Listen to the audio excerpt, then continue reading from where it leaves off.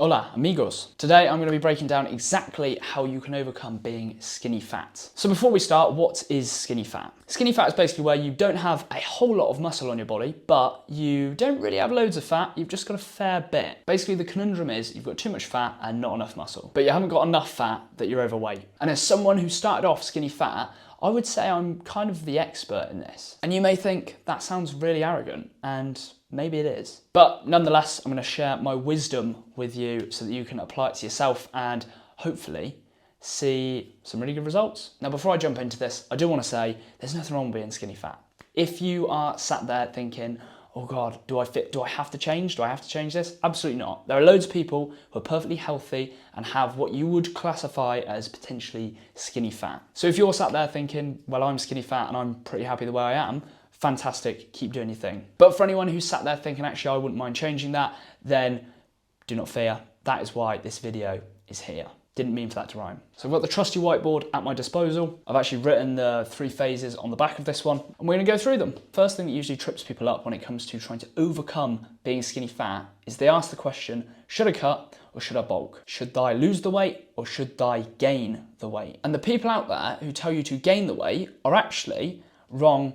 Don't do that. Definitely cut is the best way to go. And I'll tell you why. If you're skinny fat, I'm going to have to assume that you're not lifting weights. Because if you were, and if you had been for a fairly long period of time, then you wouldn't be skinny fat because you'd have more muscle on your frame. So with that assumption made, I know that this is a fairly new stimulus to you. And actually, if you just start lifting weights, you're going to build muscle, whether you are in a calorie deficit and losing weight, or whether you're at maintenance, or whether you're bulking. So we may as well try and reduce some of that body fat and build muscle at the same time, because it doesn't make sense to go the other way. So the big bonus doing the cut first is also for the head as well, because you're gonna see much quicker visible progress cutting first. When we gain weight, the visible progress just doesn't come that quickly. But when we lose weight, the body fat percentage drops and we build muscle at the same time, you see that visible progress very, very quick. So it's going to keep you more motivated and you're going to adhere to the plan better. So now you know why we're cutting, you're probably thinking, what does that consist of? So the phase begins with A, calculating your calorie deficit. I'm going to whiz through this really quick. You go onto Google or Safari or whatever you're going to use and you type in BMR calculator, plug in any numbers it asks from you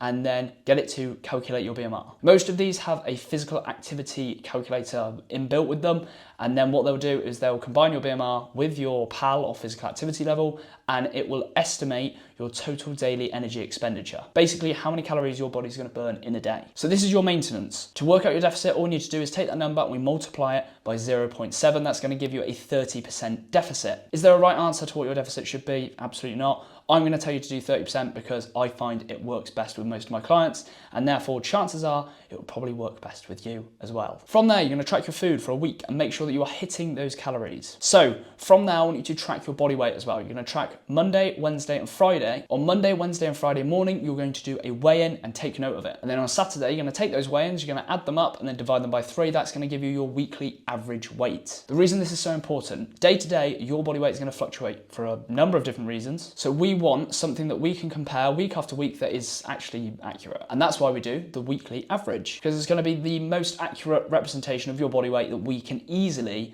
get our hands on. So now you're tracking your calories, you know what your deficit numbers are, and you're tracking your body weight. That calorie number is good, it gives us an estimation, it isn't final. What we need to see now is your body weight coming down on that weekly average week after week. Aim for about 1% rate of weight loss every single week. If you're 100 kilos, that's a kilo a week. If you're 50 kilos, it's half a kilo a week. And if you're somewhere in between, then it's somewhere in between. If you're seeing every single week that weekly average is getting that 1% lower, fantastic, keep doing what you're doing. And if it's not, this is really easy. You're not in a calorie deficit, plain and simple. So you just need to adjust the calories. I would start off by just knocking off 100 calories of your total daily calorie count. Try it for another week and then readjust. Okay, so that was A. That was a bit longer than I thought. B is the workout plan. We need a workout plan. Now I'm gonna keep this really simple as well. You're gonna do a 3-day split, and they're gonna be 3 full body days, ideally performed on Monday, Wednesday, Friday. Not the end of the world if you can't do that. This is gonna be the structure for every single one of those workouts. You take a pressing pattern, okay? That can be a press up, a dip, it could be a bench press, it could be an incline press, it could be a shoulder press. That's exercise 1. Exercise 2 is gonna be a pulling pattern. That can be a pull up, it could be a chin up, it could be a lat pull down, it could could be a barbell row, cable row, machine row, whatever. Exercise 3, you're going to take a squat or a lunge pattern. This could be a leg press, could be a barbell squat, could be a Smith machine squat, could be a backwards lunge, forwards lunge, walking lunge, split squat, whatever it may be. And then exercise 4 is going to be a variable,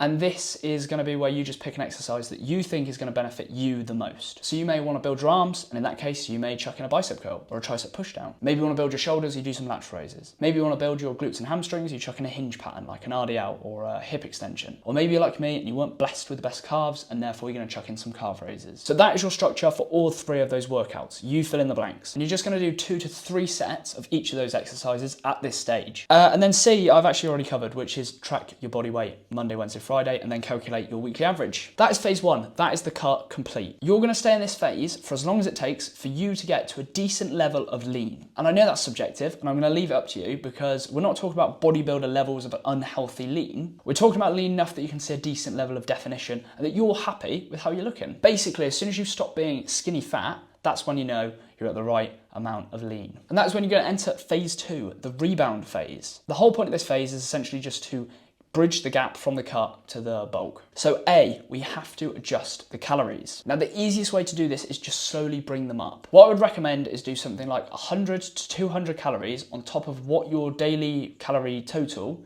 in terms of what you're eating is already at that point. So as you're going through the cut, you're probably decreasing your calories as you're going down. You'll get to a stale point with your weigh-ins and the average won't be lower than it was last week. So you have to decrease the calories and then you'll do it again and it'll work, and then you'll hit another plateau and then you'll have to decrease the calories again. So the calories are getting lower and lower in that cut phase in phase 1. Phase 2, we're slowly bringing it back up. We have to do the same thing. We can't just add on 1,000 calories a day because we're going to see loads of fat accumulation. The whole point of this rebound phase is to prioritize building muscle, get the calories back up to maintenance, and then beyond without gaining tons of extra body fat. We've worked hard to get you lean. Let's keep you lean for as long as possible. So like I said, at the end of your cut, you're gonna have a rough idea of how many calories you're eating, and you're just gonna simply add 100 to 200 calories on top of that for what you're eating in a day. And then every week, you're just going to recap on how much weight you're gaining and then adjust from there. Just for reference, we're looking to gain roughly about 0.5 to 1 kilogram of weight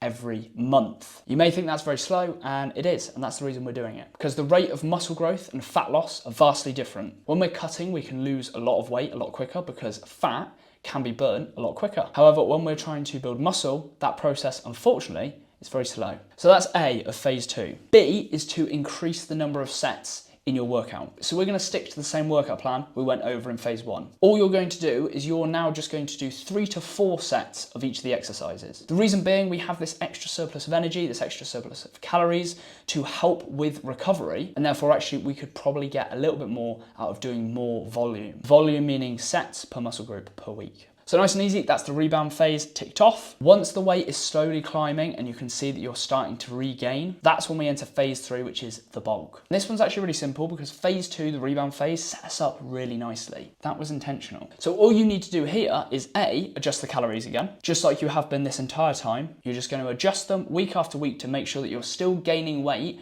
at the rate of 0.5 to 1 kilo a month. But now the only other thing you've got to do is be pushing yourself a little bit harder in the gym. Your recovery is better. You've got these extra calories. You're gaining weight. Therefore, there's no reason why we shouldn't be aiming for PRs or personal records. Each week, we're looking for progressions. This can be an extra rep overall. For example, on your bench press, you hit 60 kilos for a set of 8, and another set of 8, 3 sets of 8. And then on the next week, you hit that same 60 kilos, but for 9, 9, 8. The other way you can go about this is increase the weight. So you hit your 60 kilos for 8, 8, 8, and next week you're gonna hit it for 62.5 for 8, 8, 8. Another way you can go about this is simply by improving the form. So the idea is each week we're looking for those progressions. And that is it. That is the process to get you from skinny fat into your first bulk. And just so you can see what I've been squiggling away at this whole time, this is the full plan. But essentially that is it. If you have any questions about anything that I've just mentioned, then please feel free, drop them in the comments below and I will get back to you. Or if there's anything you're a bit unsure of, then again, feel free, drop it down there. I am more than happy to help